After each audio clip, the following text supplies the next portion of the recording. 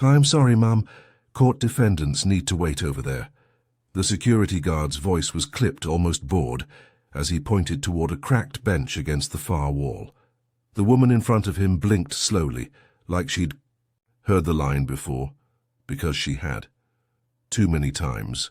Her black slacks were tailored but modest. Her flats were plain leather, no heel.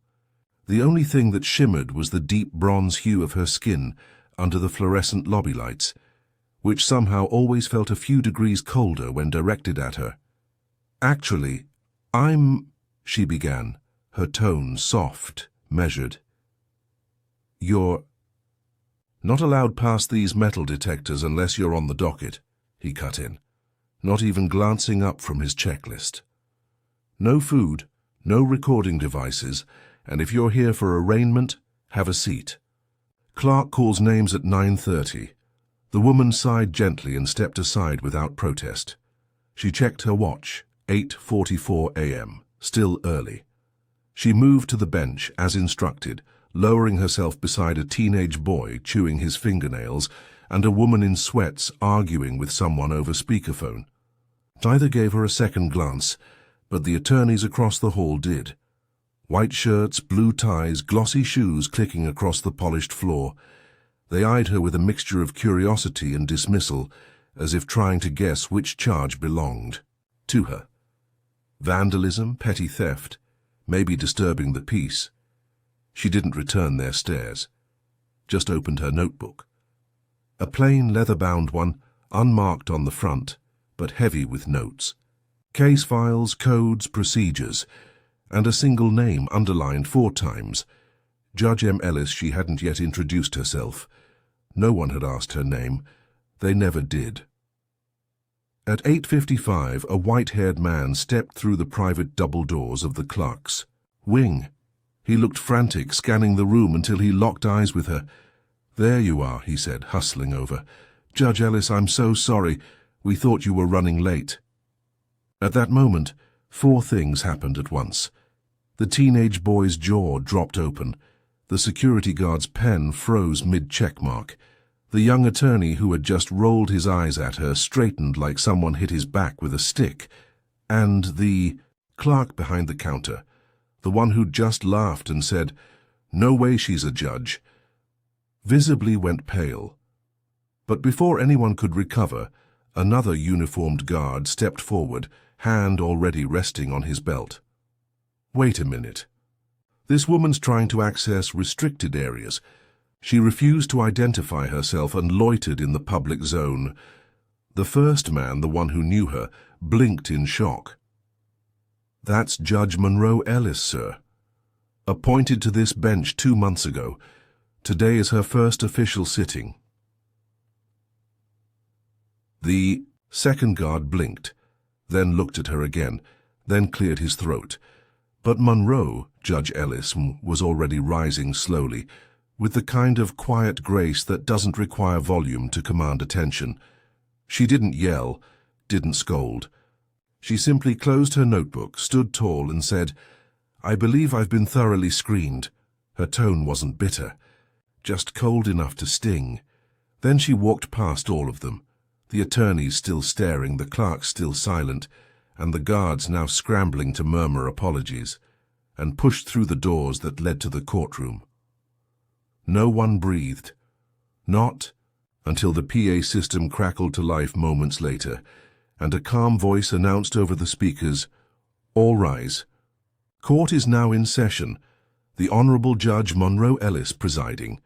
The courtroom settled like a held breath finally released.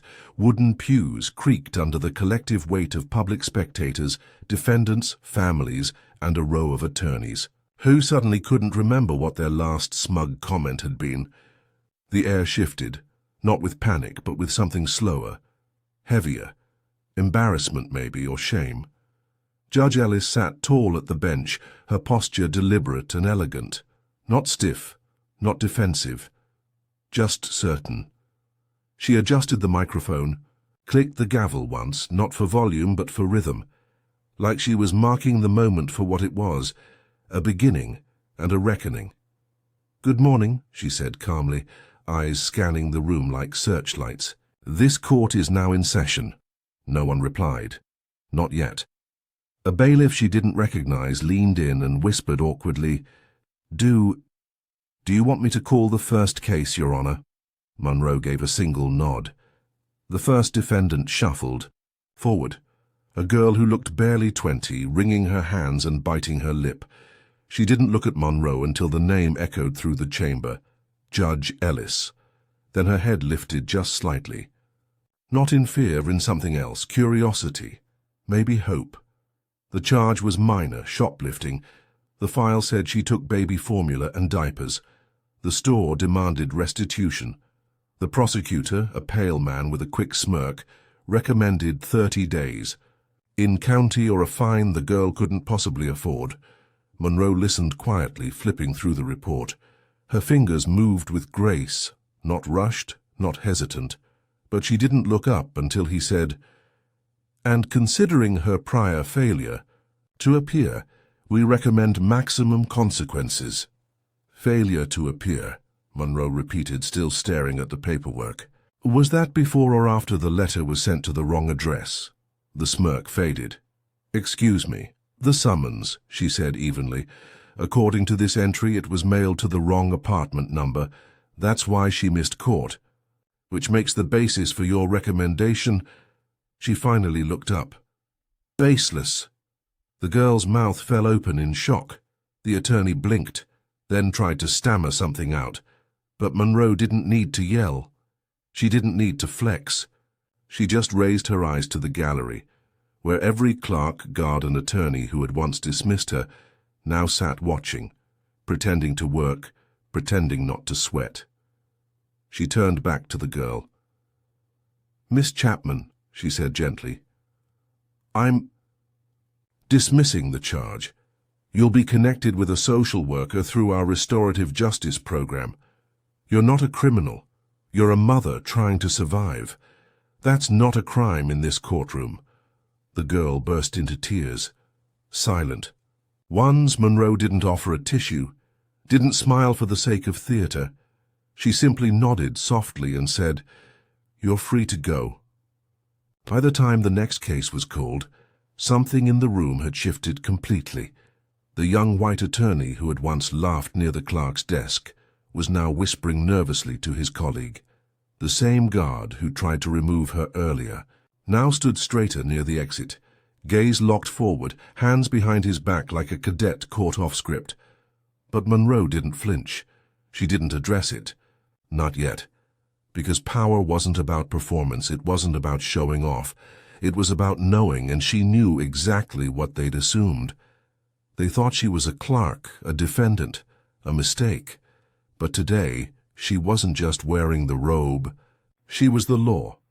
And they would learn one by one in silence what it meant to misjudge her. By the third case, the courtroom was no longer watching. It was studying her. Judge Ellis didn't lean into theatrics. She didn't need to raise her voice or throw glares across the bench. She wielded silence like a blade, and people bled. In their own discomfort, the bailiff called the next case with a stammer in his throat. Case 418, People versus Daniel K. Malone, probation violation hearing. Daniel Malone walked in slowly, a wiry man in a faded work uniform. The patch on his chest read Malone HVAC, but it looked barely stitched together. He clutched a folder and moved like someone used to apologizing before speaking. The prosecutor barely glanced up. Another young suit, another one who assumed. "Your Honor," he began, "Mr. Malone has violated the terms of his probation for the second time in 6 months. He missed a scheduled check-in and—" "He was working," Malone said, voice small but certain. The prosecutor turned toward him, eyebrows lifted. "Sir, you'll have your turn." Monroe tilted her head. "Actually," she said, her voice smooth and calm, "he's speaking now, and I'd like to hear what he has to say." The prosecutor blinked. Malone cleared his throat. "Your Honor, I called my officer. I told him my boss gave me a job that ran over. I even showed a time card. But they said I should have quit the job and shown up anyway. I'm I'm trying not to lose this one."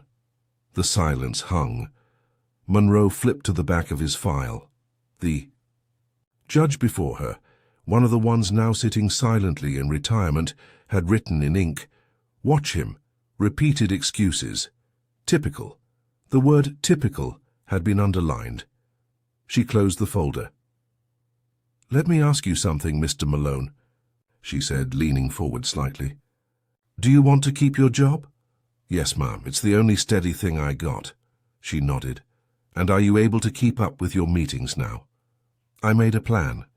I even got my boss to agree to fixed hours. Got it here." He lifted the folder. I need someone to believe me." She did. She'd seen the type of man he was 100 times. The type who worked through snowstorms and shoulder pain. The type who never made excuses, just found a way. She turned to the prosecutor. "You'll want to rephrase your position," she said softly. "Excuse me." Her gaze didn't waver. "You're asking me to revoke his probation because he chose to keep his job. You're framing employment as a violation." "I didn't mean it that way," he said quickly. "Then say it the way you mean it," Monroe said. "Because in this courtroom we don't punish effort. We don't criminalize survival. And we certainly don't echo the failures of a system that was never built for people like Mr. Malone to win." A long, thick silence followed. She ruled that the probation be continued, not revoked, with amendments that protected Daniel's job and adjusted the check-in schedule to fit his work hours. As he left the courtroom, Daniel glanced back at her once, just once, with something almost like reverence in his eyes. Not worship, not awe, just recognition. He saw her, and maybe for the first time he felt seen too. Back in chambers during recess, Monroe sat alone for the first time all morning. No one from the clerk's office knocked to offer her coffee. No welcome basket. No soft chatter of admiration, but she didn't expect it. She unpacked her lunch quietly, homemade soup and cornbread, made by her Aunt Ruth the night before. Her robe was draped over the back of the chair now, and her fingers traced the grain of the desk as if it were sacred. Because to her it was. A knock finally came, but it wasn't who she expected.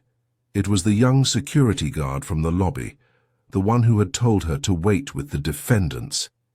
His posture was stiff now, his eyes downcast. "I just wanted to say." He paused, fumbling with his words. "I didn't know." "I didn't mean I know," Monroe interrupted gently. He looked up. "That's the point," she said. Then she turned back to her soup.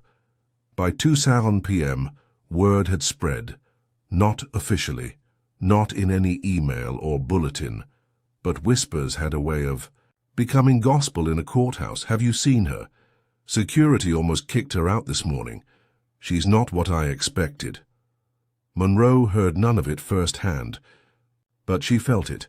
The stiffness in greetings, the unnecessary overcorrections. The clerk who suddenly said, "Yes, Your Honor," 5 times in a single sentence. The bailiff who asked twice if she needed water. Performative. Awkward. A little too late. But she let it all happen without a single outward acknowledgement. That was their discomfort to hold, not hers. The next case was another quiet tragedy dressed up as legalese. People versus Cassandra Wynne, the clerk called. Cassandra was 56, hair streaked with premature grey, pressed shirt tucked into khakis 2 sizes too big. Her charge, trespassing at a local hospital. Her reason, trying to sleep in the waiting room after being discharged for pneumonia. "Your Honor," said the hospital's representative, a man in a tight suit and tighter. "Judge, Ms. Wynne was previously warned. The hospital is not a shelter. We treated her. We fulfilled our duty." Monroe looked at him like she was examining a glass window that had just cracked. "And then you pushed her out into 32-degree weather with a fresh chest infection and no coat?" she asked, voice level. The man faltered. We offered her a ride to a shelter. She was discharged after midnight, Monroe continued, eyes still on the file. That shelter stopped intake at 9 p.m. We can't accommodate non-patients indefinitely, he said, fidgeting. You didn't accommodate her even momentarily. She looked up, finally. And now she's facing a misdemeanor for the crime of not dying in the street. Silence. Cassandra hadn't spoken once. She kept her eyes low, hands clenched in her lap. Monroe turned to her. Ms. Wynne, do you have anything you'd like to say? Cassandra didn't rise, just shook her head. Wouldn't make a difference, she murmured. It does in this room. That made her lift her head, just barely. Monroe didn't pressure her to go further. She just nodded slowly and made her decision. The charge is dismissed, she said clearly. This courtroom will not participate in the humiliation of unhoused citizens. Ms. Wynne, you are not the embarrassment here. A gasp rippled from the gallery. The man from the hospital tried to object. Monroe raised one hand. You may sit down, or you may leave. He left, and for the first time all day a soft round of claps rose from the back row. Not loud, not showy, just a few quiet hands acknowledging something rare. Justice in real time. That evening, as she returned to her office, to collect her bag, Monroe found a single envelope resting on her chair. Handwritten, no stamp. Just 3 words on the front. I didn't know. Inside was a typed apology, or at least an attempt. It was unsigned. But she recognized the phrasing, the cadence. It was the clerk who had laughed in the lobby earlier that morning, the one who said, "No way she's a judge." I didn't recognize the name, the letter said, and I didn't think a judge would look like you.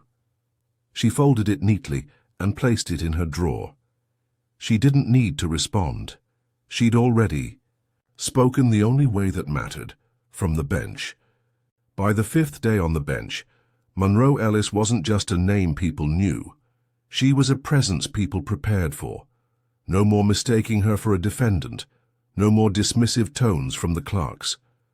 The attorneys who once sauntered in 5 minutes late were now seated 10 minutes early, folders aligned, shirts buttoned to the collar. But behavior was one thing. Belief? That took longer to shift. And that morning the mask slipped again. It was a motion hearing, dull on paper but revealing in practice. A wealthy property manager named Grant Harwood was petitioning to evict a tenant from a rent-controlled unit. The tenant was a black woman in her 70s on oxygen. The claim? Her grandson had violated guest policy by staying more than 2 nights in a row.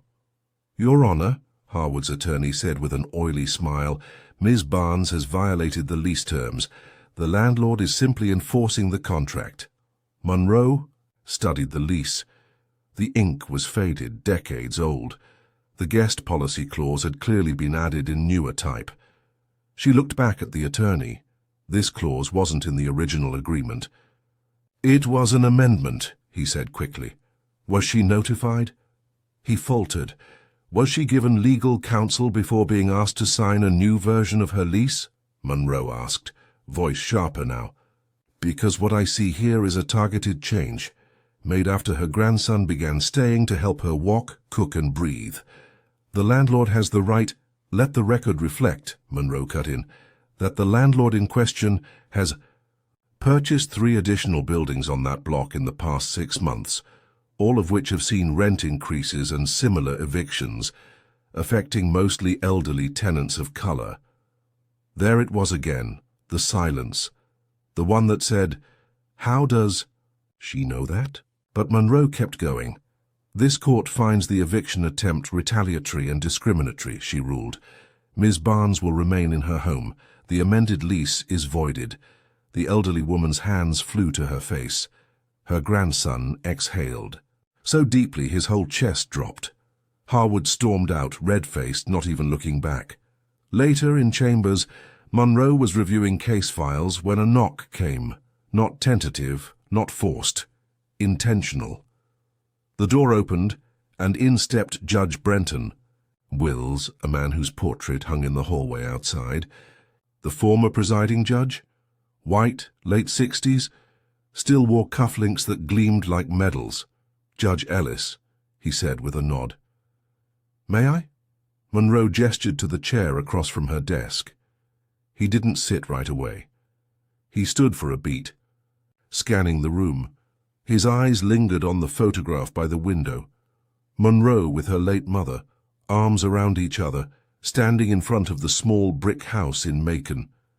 The photo was worn, framed without polish. I've been hearing, he began, that your courtroom feels different. Monroe raised an eyebrow.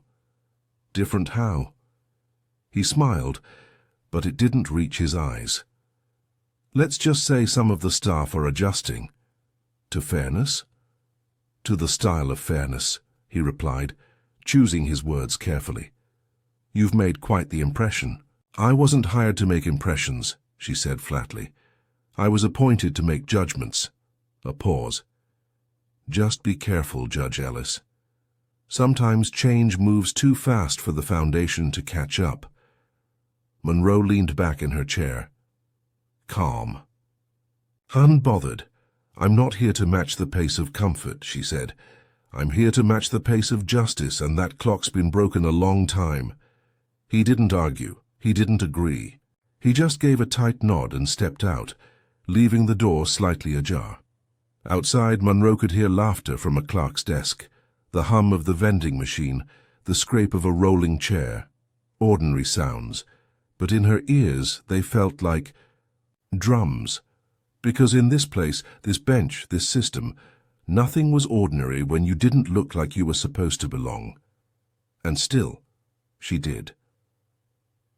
It was nearly dusk when Monroe stepped into the building's back elevator, the one rarely used by visitors, mostly reserved for judges and staff. Her heels clicked softly against the worn linoleum as she pressed the button for the lobby. She thought she was alone. But just before the doors closed, a hand reached in. It was Nadia Bell, one of the more senior attorneys in the building. Tall, commanding and well-connected, the kind of woman whose presence made interns stand straighter. But Monroe had noticed something the past few days. Nadia had been watching her, from corners, from doorways. Saying nothing, she stepped in now, briefcase tight in her grip. The silence between them was immediate, thick with things unsaid. 2 floors passed. I've worked in this courthouse for 12 years, Nadia said, her voice low but steady. Monroe didn't turn to her. I know. You're making waves. I'm making decisions, Monroe replied. Another floor ticked down. People are uncomfortable. Monroe finally turned, just enough to meet her gaze. Because they're not. For used to being seen, or because they're used to being wrong and can never challenged on it. Nadia's jaw flexed. But she didn't deny it. Some are wondering how long you'll last, she said. I'm not here to last, Monroe said, voice calm. I'm here to change what's never been questioned. And then Nadia did something unexpected. She smiled. It wasn't warm. It wasn't patronizing. It was the kind of smile you give someone you didn't know you were waiting for. Good, she said, because some of us have been waiting a long time for you to show up. Later that night, Monroe sat in her apartment surrounded by unopened boxes and one flickering lamp. The day had clung to her skin like sweat. She finally let herself breathe. The robe was folded on the arm of the chair.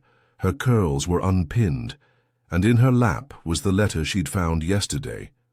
The apology. That read, I didn't recognize the name. She thought of her mother, of how she used to sit on the porch after long shifts listening to gospel and peeling oranges with her thumbnail, of the way she used to say, they may not see you coming, baby, but make sure they never forget that you came. Monroe closed her eyes and whispered aloud to no one but the walls they won't forget. The Monday calendar was full before the clock hit 9 evictions, custody disputes, misdemeanors, and one case that had been conveniently delayed 3 times before Judge Ellis took the bench. State vs. Officer Ray Donaldson. Charge: excessive force resulting in bodily harm. Victim: Darius Langston, 17, unarmed, slammed into a squad car hood for matching a vague description. The hallway outside the courtroom buzzed like a disturbed beehive. Officers stood in quiet solidarity behind Donaldson, their arms folded, blue uniforms stiff with posture and politics. On the other side of the aisle sat Darius, in a plain hoodie, one hand bandaged, the other gripping his mother's fingers. The previous judge had strongly recommended dismissal for lack of clarity, but that judge had retired early, and Monroe Ellis now wore the robe. She walked in through the side door like a slow breeze, calm but commanding. All rise. No one moved louder than their shoes dared. She sat, adjusted her microphone, and looked down at the docket. "We'll begin," she said. The officer's attorney launched into practiced legal theater.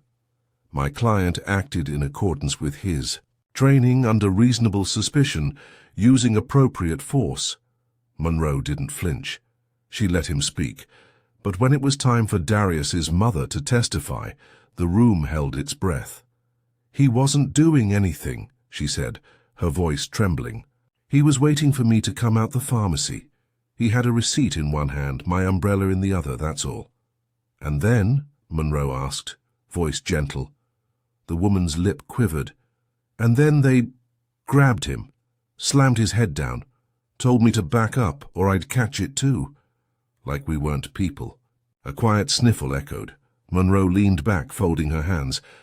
"Officer Donaldson," she said, eyes narrowing just slightly, "do you believe you used excessive force?" "No, ma'am. I followed protocol." She nodded. "And what protocol is that exactly? The one that lets you mistake a teenage boy for a threat? The one that treats compliance as combat? Or the one that allows you to walk free while his MRI scans tell a different story?" The attorney rose. "Objection." "Sustained by no one," she replied sharply. "Sit down." The room stilled. "Let the record reflect," Monroe said, her voice like low thunder, "that this courtroom is no longer a stage for rewritten truths or badge-shielded lies. The evidence is clear. The violation is evident. And this court finds Officer Donaldson guilty of assault under color of authority." Murmurs broke out, a few gasps, but Monroe didn't break rhythm. "To those who think this bench is a cushion for comfort, be advised, it's a seat of accountability. From this moment forward, no one walks in here cloaked in assumption, status, or skin." She brought the gavel down. Hard final. Outside the courthouse, Darius and his mother held each other tightly, the crowd around them swelling with applause, news cameras, and stunned silence. And inside, in the empty courtroom, Monroe stood alone, for a moment longer. She looked up at the seal on the wall, the blindfolded lady with her scales, and exhaled. Justice had never been blind, but maybe, just maybe, it was learning how to see. The following week, the letter came. Thick envelope, courthouse seal, delivered by hand. Inside, a formal request from the Judicial Review Board, a gentle suggestion for Judge Monroe Ellis to consider her tone on the bench. The letter cited disruption of precedent, departure from standard, courtroom temperament, and potential bias in ruling tone. There was no mention of misconduct, just discomfort, and that, she knew, was the real threat. She placed the letter neatly beside her morning tea and continued reviewing her next docket. A custody case, a wage theft claim. A young woman arrested for defending herself in a parking lot, listed under disturbance. Another day, another mirror held up to a system that never saw its own cracks. At 9 a.m. sharp, Monroe entered courtroom 3B, but something was different. Every row in the gallery was filled, not just with litigants and lawyers, but with faces she recognized from past cases. Ms. Barnes sat near the front, her oxygen tube tucked gently into her scarf. Cassandra Wynne, the woman with nowhere to sleep, gave a small wave. Daniel Malone, now in a new HVAC uniform, sat tall and proud. Darius Langston and his mother were on the end of the aisle, hands clasped tight. Even Nadia Bell was there, standing, against the back wall with crossed arms and a glint in her eye. No one said a word, but they didn't need to. Their presence was a declaration. She mattered. Her seat mattered. Her voice changed things. Monroe adjusted the microphone, looked over the courtroom, then smiled, the first real smile all month. "For the record," she said, her voice clear and unwavering, "this court remains in session." The bailiff called the first case, and as the courtroom returned to its rhythm, the quiet power of what had shifted settled in.